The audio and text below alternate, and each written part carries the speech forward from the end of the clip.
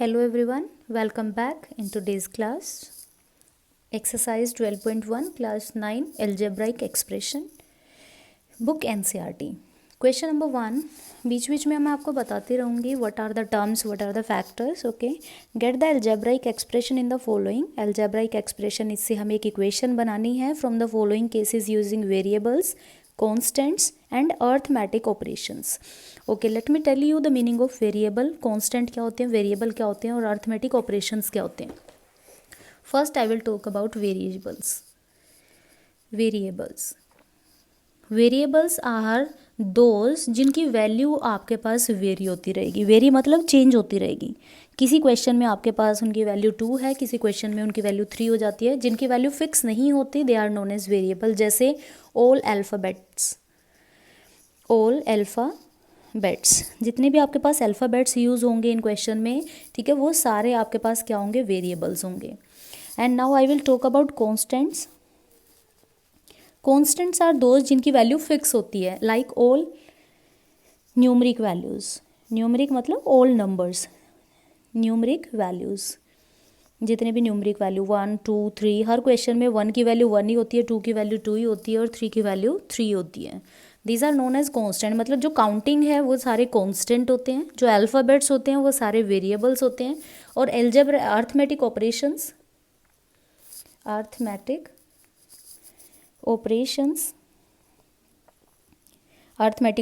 Are plus, minus, multiplication and divisions. ये आपके होते हैं arithmetic operations. Fine.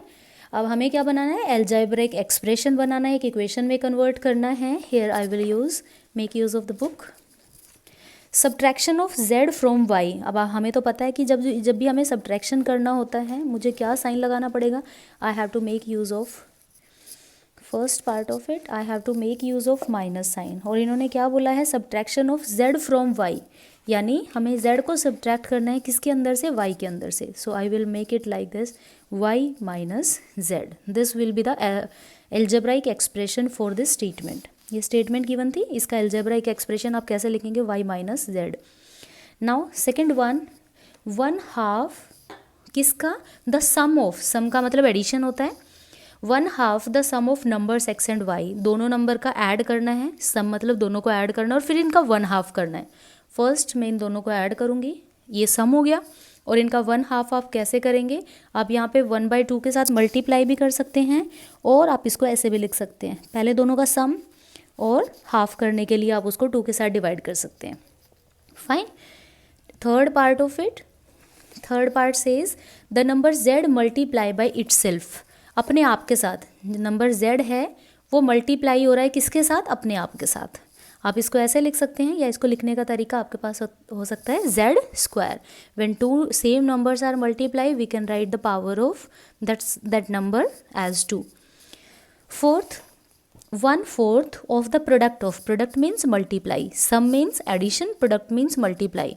1/4 of product of numbers p and q. पहले हम प्रोडक्ट फाइंड करेंगे, p एंड q, इनका 1/4, पहले तो इनका प्रोडक्ट, ये प्रोडक्ट आ गया, और इनका 1/4 हम कैसे लिख सकते हैं, लाइक दैट, और जैसे हमने ऊपर किया था p multiply by q divide by 4.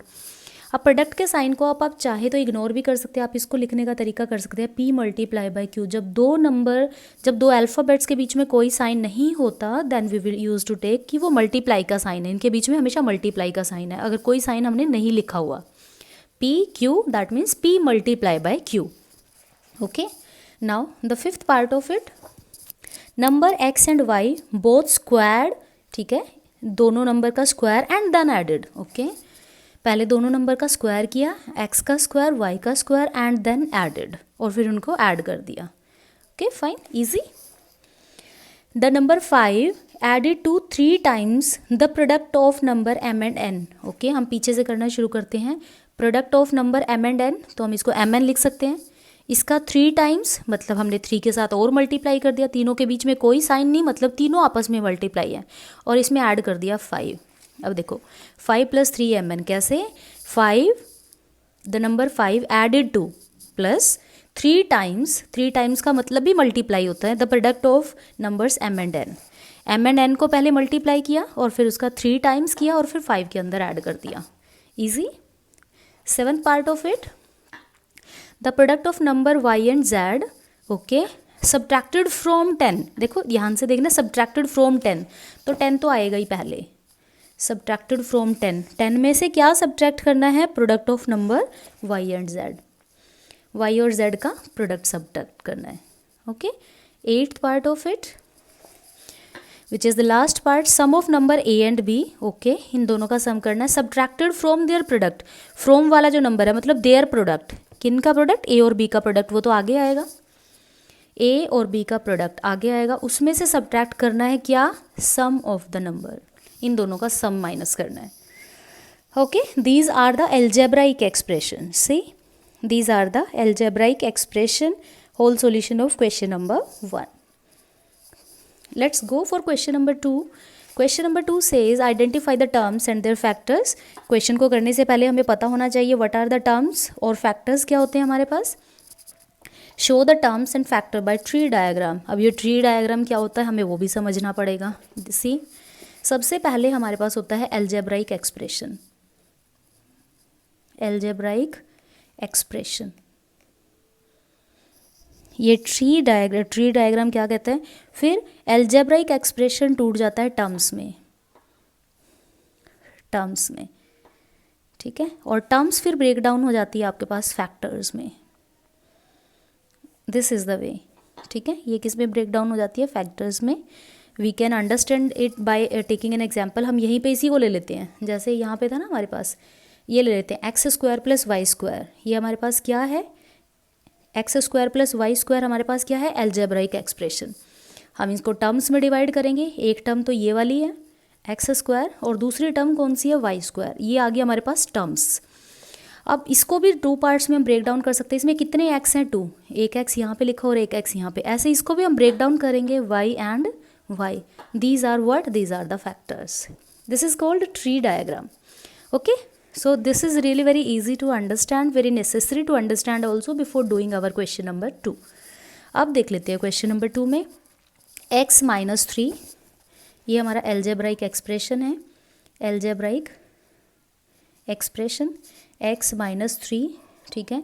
हम पहले इसको किस में ब्रेक डाउन करेंगे, टर्म्स में. एक x आ जाएगा और इधर क्या आ जाएगा, -3. फैक्टर्स तो आएंगे नहीं क्योंकि सिंगल सिंगल है, ठीक है. इसका सेकेंड पार्ट देख लेते हैं.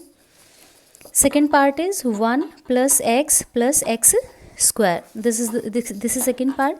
ये algebraic expression है. पहले इसको 3 पार्ट में तोड़ लेते हैं. These are the terms. एक तरफ 1 आ जाएगा, एक तरफ x आ जाएगा और दूसरी तरफ x स्क्वायर आ जाएगा.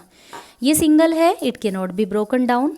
ये भी सिंगल है, ये भी नहीं हो सकता, बट ये इसके फैक्टर्स बन सकते हैं. 1 is x, another 1 is x. 2 x थे ना, उसको हम फैक्टर्स में कन्वर्ट कर सकते हैं.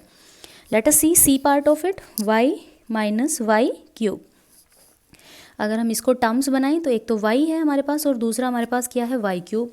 ये सिंगल है, ये तो ब्रेक डाउन होगा नहीं, ये हो जाएगा और 3 पार्ट में हो जाएगा. देखो कैसे, minus y and minus y, क्योंकि पावर 3 था तो हमने 3 बार मल्टीप्लाई कर दिया, okay.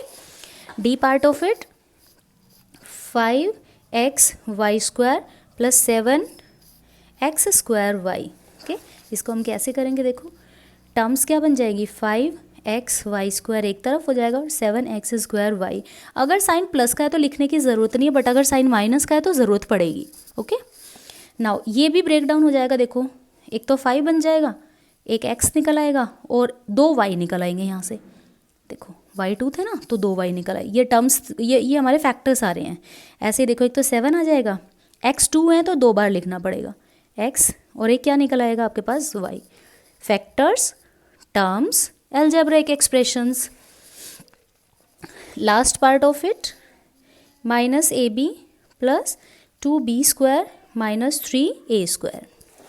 How can we break it down, 3 parts because 3 terms are there. 1 is minus ab, 2b square minus 3a square. इसको फर्दर ब्रेक डाउन कर लेते हैं. माइनस a एंड b, इसको करेंगे तो देखो 2b एंड b, क्योंकि b 2 थे आपके पास. माइनस 3, a कितने हैं, 2a and a, okay. These are the factors, these are the terms, and this is algebraic expressions, okay. I hope you have understood question number 2. first part. Now question number 2, second part.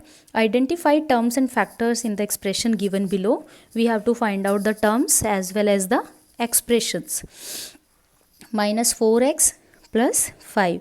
Terms तो क्या हो जाएंगी इसमें, here I will write terms minus 4x 5, और इसके factors देखो, इसके तो फैक्टर होंगे नहीं, इसके फैक्टर्स हो जाएंगे minus 4 and x. This is tree diagram. This was A part. B part minus 4x plus 5y. Okay, break down करें. minus 4x 5y, okay, minus 4x 5 and y, like this. C part of it, 5y plus 3y square, 5y plus 3y square. Okay, fact terms क्या हो जाएंगी, एक 5y और दूसरा क्या हो जाएगा 3y स्क्वायर. इसको टू पार्ट्स में ब्रेक डाउन कर देते हैं. 1 इज़ 5, अनदर 1 इज़ y. 1 3 और y कितने हैं 2, y and y. Factors, terms, expression. D part of it, this is D part, that is x y plus 2x square y square. Break it down. x y one term, 2x square y square another term. Break it down. It can be further broken down as factors x and y. यहाँ पे 2 x क्योंकि x 2 थे, y भी 2 हैं तो y and another also y. ये ज़्यादा part में डिवाइड हो जाएगा. If fifth part of it, p q plus q. Simple question, expression broken down p q and q. ये तो सिंगल है, इसको तो तोड़ ही नहीं सकते, इसको कर सकते हैं p and q. f, that is last part of it, 1.2b minus 2.4b plus 3.6a. Okay, हम इसको 3 पार्ट में कैसे तोड़ेंगे. 1.2b, सेकेंड माइनस 2.4b, हमें माइनस का साइन लेके चलना पड़ेगा as I told you earlier. 3.6a, इसको ब्रेक डाउन कर सकते हैं because 2 factors are there, 1.2 and b, minus 2.4 and b, 3.6 and a. These are the factors. I hope you have understood this question. Sorry, more parts are also there. I forgot to mention here. G and H part are also there. G part is 3/4x plus 1/4 and H part is 0.1p square plus 0.2q square. Okay, so here these are the terms, 3/4x and 1/4. Factors ये तो single है आपके पास, इसको तो नहीं तोड़ सकते हम. It will be 3/4 and it will be x.